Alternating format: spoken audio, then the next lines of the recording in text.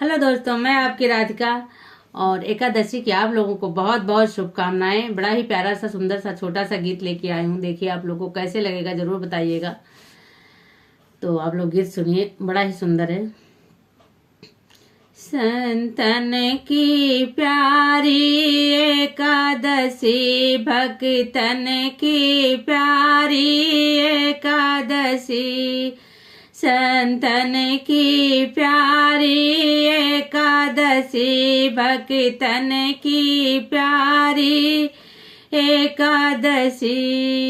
जिस घर में होवे तुलसी का बिरवा, बास करे मैया एकादशी, संतन की प्यारी एकादशी, भक्तन की प्यारी एकादशी।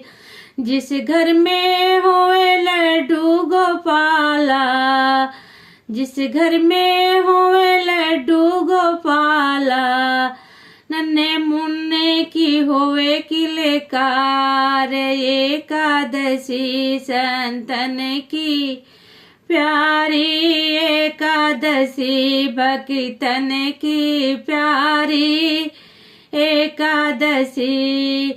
जिस घर में होए बहुओ बेटा, जिस घर में होए बहुआ बेटा, गोदी भरे भंडार एकादशी, संतन की प्यारी एकादशी, भक्तन की प्यारी एकादशी।